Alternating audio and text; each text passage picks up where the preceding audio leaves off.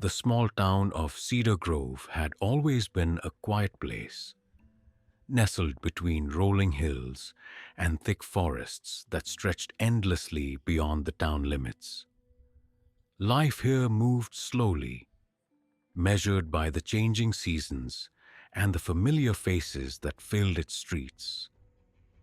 But everything changed the night Sarah Bennett vanished. Sarah was 28, a local artist with a gentle spirit and a smile that seemed to light up even the dullest days.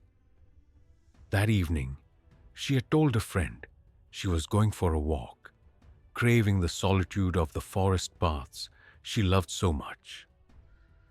The townsfolk were used to seeing her wandering beneath the towering pines, sketchbook in hand, capturing the subtle beauty of the wilderness. But that night, she did not return.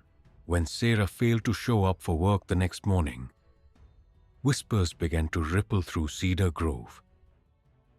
Her apartment was undisturbed, save for a scattered collection of leaves and twigs near the door, as if she had brushed past the forest's edge in a hurry.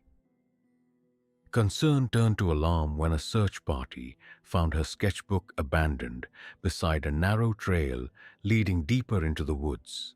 The local sheriff, an experienced man named Tom Ridley, organized a search, but the dense forest swallowed every trace. No footprints, no signs of struggle, no hint of where Sarah had gone. It was as if the earth itself had swallowed her whole. Rumors blossomed quickly. Some said Sarah had run off on her own, escaping something no one dared speak of. Others whispered of shadows moving just beyond sight. Strange figures glimpsed in the dark. Fear began to creep into the town's heart. Among the whispers, an unsettling detail emerged. A few days before her disappearance, Sarah was seen speaking with a man no one recognized. A quiet stranger who had been spotted around the outskirts of Cedar Grove. No one knew his name, and no one had seen him up close. But those who noticed him described a calm, almost hypnotic presence, the kind that made people lower their guards without realizing it. As days stretched into weeks, the forest seemed to grow heavier with secrets. The townspeople locked their doors at night. The usual laughter and music replaced by silence and watchful eyes. The question that haunted every conversation was the same. Who had taken Sarah Bennett? And what awaited her in the shadows of the trees? Sheriff Ridley knew one thing for sure. The forest held answers, but it would not give them up easily. The stranger who had been seen with Sarah remained an enigma. No one knew where he came from or how long he had been watching the town from the shadows. What was clear, though, was his terrifying precision. A cold, calculated approach that left no room for mistakes. Unlike most predators who struck with sudden violence, this man chose a different path. He hunted with patience and cunning, weaving himself into the lives of his victims like a dark thread. His charm was subtle but impossible to resist. A voice that whispered promises of safety, companionship, even salvation. The forest was his domain, a place where he held complete control. He used the dense trees and winding trails to his advantage, luring those who trusted him deeper and deeper into the wilderness. Once isolated, his true nature emerged. It wasn't just about killing. It was about power. The power to manipulate, to dominate, and to erase. Each victim was carefully selected, their fears and hopes studied until the killer could predict their every move. He understood loneliness and used it as a weapon. offering a false sense of connection to those who needed it most.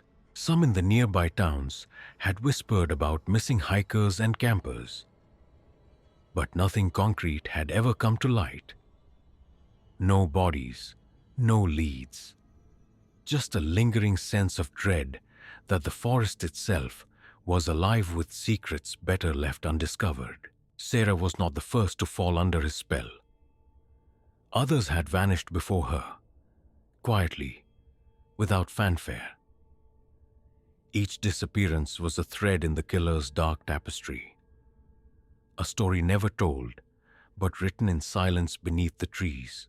Inside his mind, the killer was a prisoner of his own past, driven by impulses he barely understood.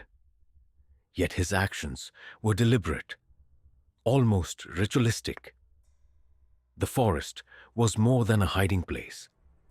It was a sanctuary where he could become something beyond the man he once was. And as the days passed, the search for Sarah grew desperate, with the shadows lengthening over Cedar Grove.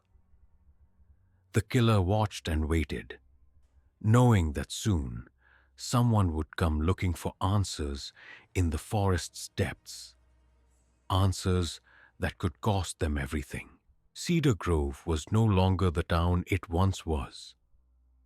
The disappearance of Sarah Bennett had cracked the fragile sense of safety that its residents clung to.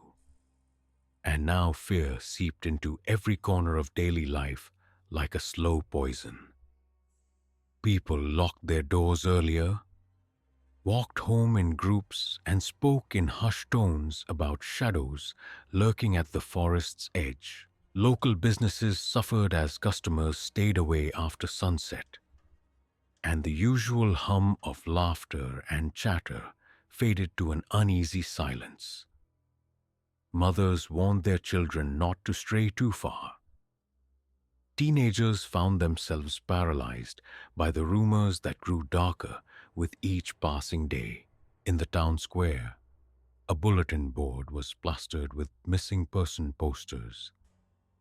Not just Sarah's, but others who had vanished over the past months and years. Their stories linked only by the eerie similarity of their last known whereabouts. The forest. Rumors ran rampant. Some claimed to have seen figures watching from the trees. Others spoke of strange noises at night. Whispers, footsteps, the crack of twigs that no one could explain. The local bar buzzed with fearful speculation, but no one dared to venture into the woods to confirm their fears. Sheriff Tom Ridley found himself fighting a losing battle against panic. Each report he received seemed to fuel the fire, and the lack of concrete evidence made it impossible to reassure the town. The forest, once a place of peace and beauty, had transformed into a terrifying unknown. Amid the growing tension, a handful of residents banded together, determined to find answers on their own. They organized night watches, patrolled the outskirts, and shared every scrap of information they could find. But with every search, the forest remained silent and impenetrable, hiding its secrets beneath the thick canopy. For the first time in decades, Cedar Grove was a town gripped by fear. A fear born not just of the unknown, but of the presence of something unseen, waiting just beyond the tree line. And as the days turned colder, that fear began to harden into resolve. Someone, anyone, had to confront the darkness before it claimed another victim. The forest surrounding Cedar Grove was vast and ancient, its dense undergrowth swallowing the light and muffling sound. It was a place where even the bravest hesitated to tread after dusk. Now, it held the key to Sarah's disappearance, and perhaps many others. But uncovering its secrets proved maddeningly elusive. Sheriff Ridley and his small team of deputies combed the perimeter relentlessly, following every lead, every whispered tip. Days of searching brought only faint impressions. Broken branches here, a flattened patch of earth there, but nothing definitive. The deeper they went, the more the forest seemed to close ranks, refusing to reveal its mysteries. Then a breakthrough. A series of faint footprints, partially obscured by damp leaves and moss, leading deeper into a rarely traveled part of the woods. The prints were fresh, too fresh to be overlooked. They hinted at a path winding far from any known trail, a secret route known only to those who dared to venture beyond. The deputies marked the trail, their eyes scanning the shadows, hearts pounding with a mixture of hope and dread. The forest whispered around them, branches creaking like the bones of something long dead, the air thick with the scent of earth and decay. A search dog picked up a scent and hesitated, ears twitching as if sensing something beyond the natural. The officers paused, realizing they were not just following footprints. They were tracking a presence. For hours, they pushed through the thicket, but the trail vanished suddenly, swallowed by a thicket so dense it was almost impenetrable. No signs of struggle, no evidence of where Sarah or anyone else had gone. That night, as the team gathered around a campfire at the edge of the forest, the tension was palpable. The darkness seemed to press in, heavier than ever before. Every rustle in the trees was a reminder that they were being watched. Sheriff Ridley knew they were close. The forest held its breath, and so did the town. When Detective James Hunter arrived in Cedar Grove, he brought with him years of experience chasing shadows. Cases where the truth lurked just beyond reach, where victims vanished like smoke in the wind. The sheriff welcomed him with cautious hope. They both knew this was no ordinary missing persons case. Hunter was methodical. He reviewed old files, spoke to witnesses, and retraced every step Sarah had taken in her last days. Slowly, a chilling pattern emerged. Sarah was not alone. Others had disappeared in the same forest under eerily similar circumstances. What set this case apart was the subtlety of the killer's method, the way he slipped unnoticed into the lives of his victims, the carefully chosen moments when trust was gained and then betrayed. Hunter understood that catching this man meant thinking like him, anticipating his moves, reading between the lines no one else saw. The detective spent long hours walking the forest trails, piecing together fragments of evidence. Each footprint, each discarded item, became a clue in a larger puzzle. He listened to the stories of those who had seen the stranger, the calm demeanor, the unsettling kindness that masked something darker. Hunter also studied the victims.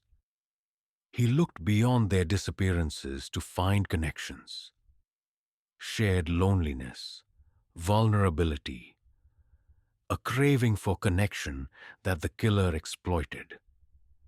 This man was not just a murderer. He was a manipulator of broken souls. As the investigation deepened, the town's fear grew alongside the detective's determination. Hunter knew the killer was still out there, watching, waiting for the next opportunity. And the forest, silent and watchful, held the answers, but only if he was willing to descend into its shadows. Detective Hunter knew the forest held secrets, but nothing prepared him for how close danger would come that night. Following a tip from a nervous local, he ventured deep into the wilderness alone, flashlight slicing through the thick darkness. Every crack of a twig made his heart race. He felt eyes on him, watching, waiting. Suddenly, movement flickered between the trees. Hunter froze, every muscle taut. The shadow slipped closer, silent as the wind, a ghost in the night. He barely had time to react before a strong grip seized his arm, yanking him off the path. A struggle erupted, desperate and fierce. Hunter fought with everything he had, managing to break free and sprint back toward the faint glow of town lights. Behind him, the forest swallowed the figure without a trace. Breathless and shaken, Hunter returned with a newfound urgency. This wasn't just a case. It was a hunt. The killer was no longer just a shadow in the background. He was actively stalking, testing boundaries, but the close encounter had brought a crucial clue. A fragment of fabric snagged on a branch. A hint of where the predator might retreat. Hunter showed it to the sheriff. It was the first solid lead in weeks. The forest had revealed a sliver of its secret. And now the chase was on. The fabric fragment was just a thread, but it unraveled a story decades in the making. Detective Hunter and Sheriff Ridley pieced together the chilling puzzle of the killer's past. A history marked by trauma, isolation, and a fractured mind. Born in a nearby town, the man had endured a childhood filled with neglect and violence. Abandoned by his parents, he grew up wandering the forests alone, learning to survive in the shadows. The wilderness became his only refuge, shaping him into someone both wary and dangerous. As he aged, his isolation deepened into obsession. The line between hunter and hunted blurred. The killer's victims weren't random. They were echoes of his own loneliness, reflections of the pain he never escaped.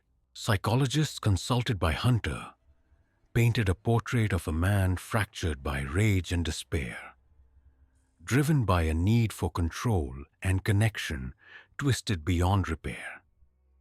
The forest was not only his hunting ground, it was the twisted sanctuary where he enacted his darkest impulses. Understanding the killer's past didn't bring comfort.